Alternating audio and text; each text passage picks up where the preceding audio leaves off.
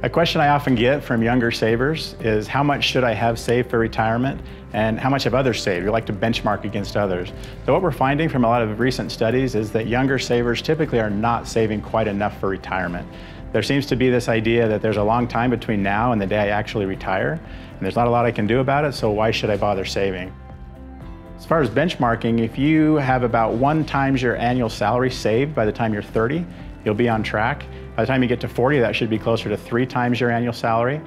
The good thing is if you're behind at this point, don't fret too much. Because you're still young, you have a lot of time on your side, and you'll be able to, with some consistency of savings and with some diligence in putting aside even small amounts on a regular basis, you'll probably get to your goal.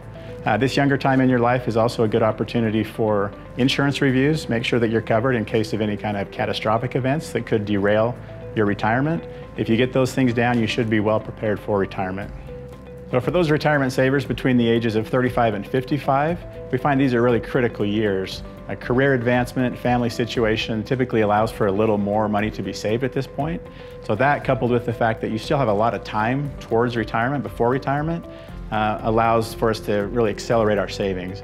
A good rule of thumb for this age group is that by the time you're 50, you should have roughly 6 times your annual salary saved for retirement.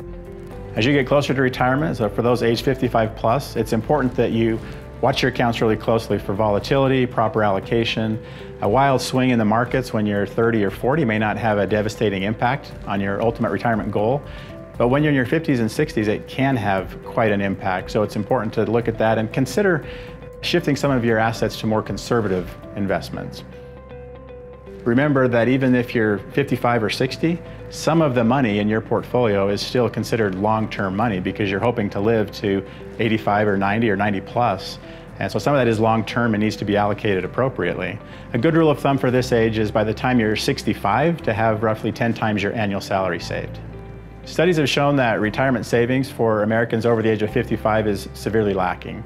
In fact, 29% in this demographic have no retirement savings whatsoever.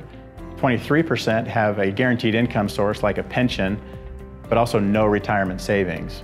So saving more, saving now, to help us get to that 10 times figure by the time we're age 65 will help you avoid this challenge.